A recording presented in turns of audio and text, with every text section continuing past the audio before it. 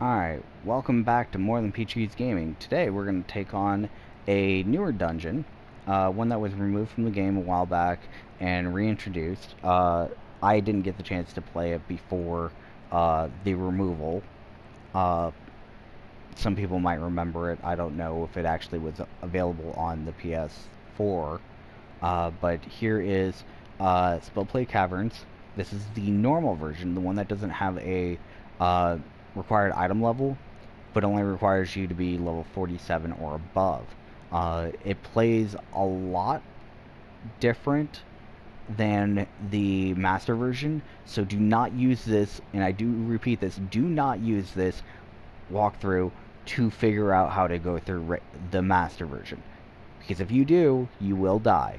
You will fail, and you will have a lot of people upset with you. Alright?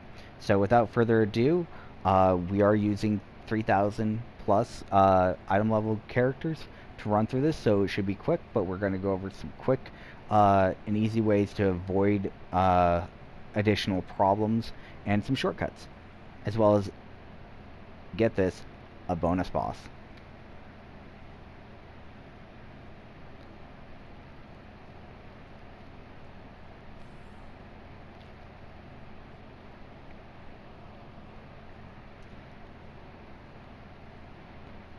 So you need to actually complete this dungeon to complete the chasm, or as some people say, the chasm. For this purpose, it's good to run through these. When you run through this dungeon, you have to make sure that you kill off all the spawning pits. Otherwise, more enemies will just keep spawning. We got plenty of strong people in the party. Like I said beforehand, experiencing a little bit of lag, but not that big of a deal. The first part is pretty straightforward. Kill enemies. Repeat. Trying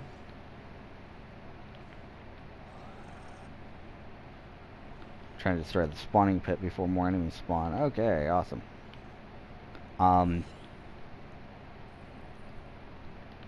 Got that. So, spawning pits, I believe that there are only 3, or maybe it's 4. I always forget how many there are in this beginning area.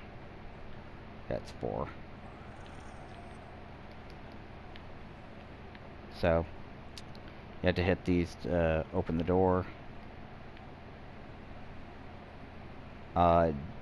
In this area, you can talk to him down, or talk to him. They say jump down. I don't really care if it's jump or whatever. There's always a bonfire.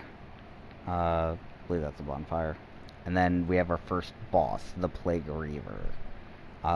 Again, enemies are different.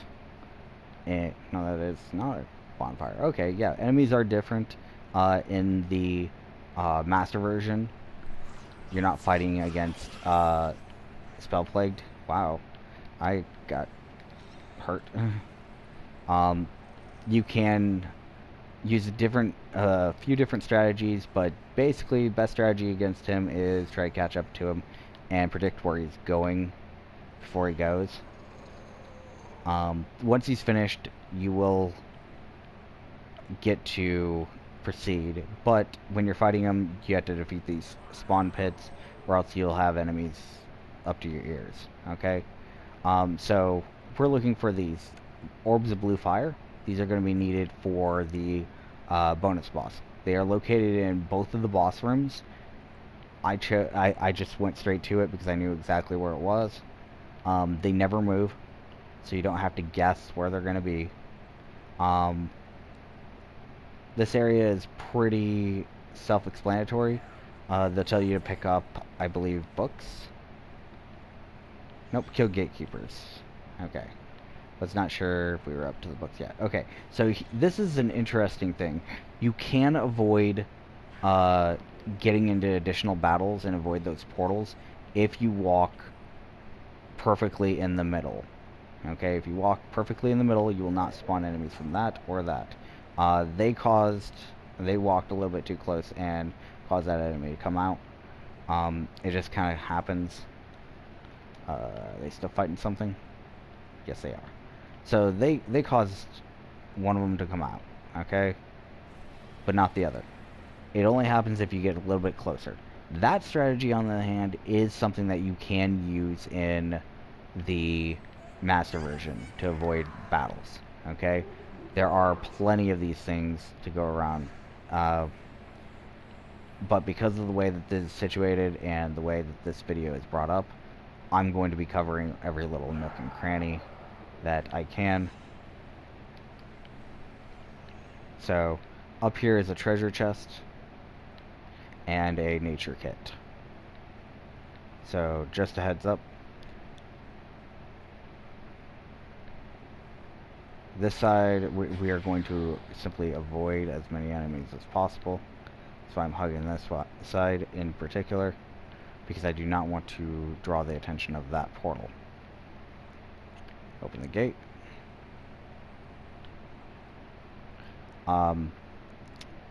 Again, no spawning pits, but again, we have portals.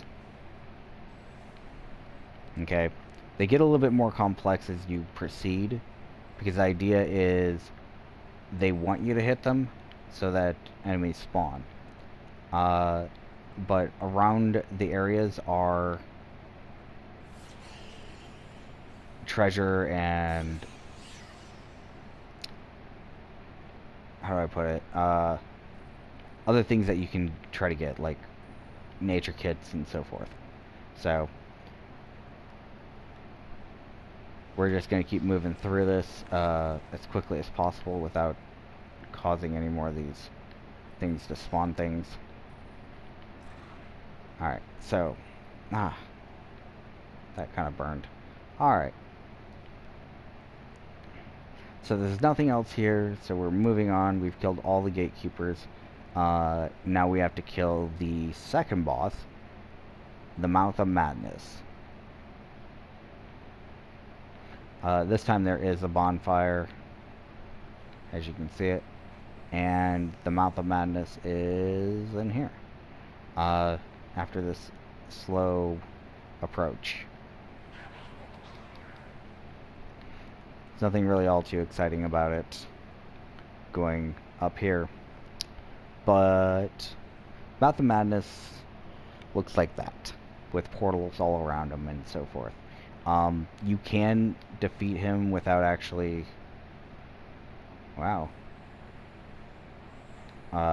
triggering those. All you have to do is draw him towards you. I'm drawing him towards me so that I can just deal with them, and I'm going to use my daily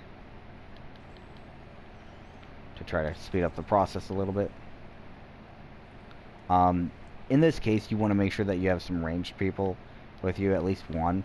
That way you can do all of the horrible junk with being ranged. Okay, so you want to make sure that you're hugging the wall, and you just go over to the right and take the blue orb. Okay, there is a nature kit here. You don't necessarily need it.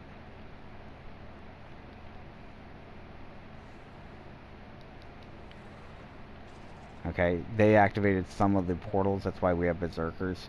I'm not exactly thrilled about that, but it is what it is. In the master version there is a trophy for not activating any of them, so just a heads up. So here's where we need to get books. There are 5 sets of books that you need to pick up. It does not matter who picks them up in the party to get them. There are little secrets like treasure chest over there. And the books are pretty obvious. They're glowing, you can't mess them. I'm just gonna grab them because they're right here. Gather tome.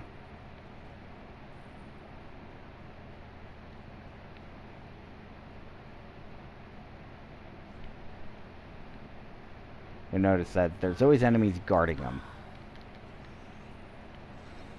I'm going to use Circle of Power. I did not put on any other powers for this dungeon. Again, this is another dungeon that if you're not very powerful, you might want to consider the Smite, Blinding Light, and, well, Templar's Wrath, simply because it has stunning ability and offensive output.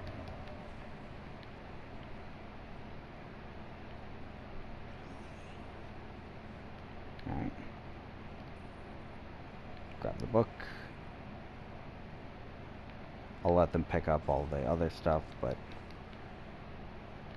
I'm not necessarily worried about any of the enchantments. Okay, I'm going to gather the tome. So it makes 4 tomes? Did I pick up 4? Okay, maybe I did. Alright, so defeat these few enemies and we'll get this tome. Alright, so there's an arcane kit there if you want it. And we are continuing on. This dungeon isn't very long if you have a powerful party. I will make note of that. Alright, so here's the part that is the point of basically no return. We're going to go for the bonus boss, so we're going to go ahead and interact with this one, and interact with this one, and we're going to open up this door.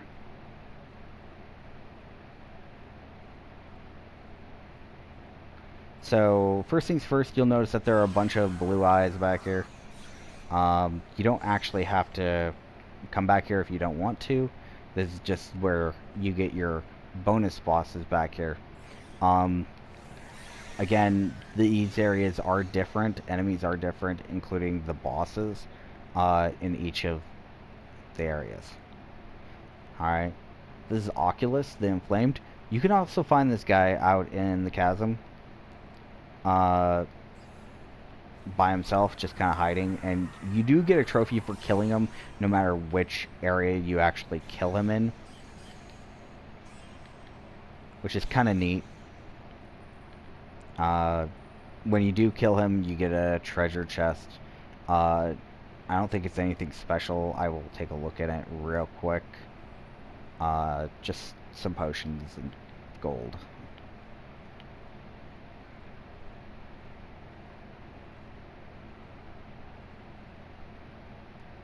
So nothing too special about that one. The eyeball can be a little bit of a pain. It does try to stun you and do a few other things like attack you, and the enemies around it will constantly spawn. So if you're alone or you have a small group with, you know, no companions or something like that, or you turn off your companions, you could forever just spawn kill the minions and gain levels if you really want to. Though I do not recommend it. There are far better places to level up.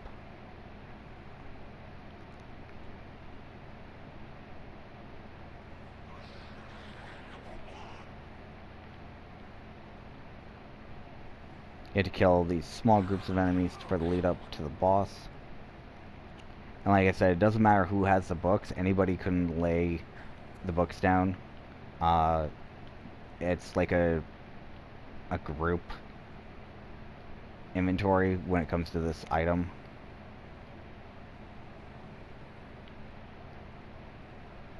I just have them, so I'm just gonna go ahead and place them all. Because, yeah. Or maybe I don't have them all. Well, whatever. And then we are ready for the boss, so I'm just gonna go ahead and flip the coin, hit the button. This boss is fairly interesting, mainly because if you ever done the Underdark areas in Mantle Dareth, you will have fought this version of this boss. Not as complex as the actual boss for the Master version, as I hear, so you have to wait for it to surface. You have to attack it quickly. And then you have to keep an eye on the ground, because once the ground pops up, you do not want to be standing on the surface If you are on the surface when it drops, you will instantly die with no chance of revival. That's just how it works. Generally, it will drop at certain intervals. I'm going to go ahead and back off because I know how this works. So,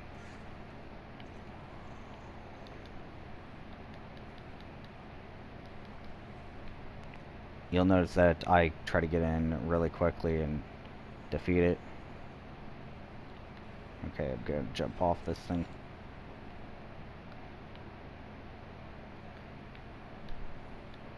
So the boss is about done. You'll notice that the ground is already going off.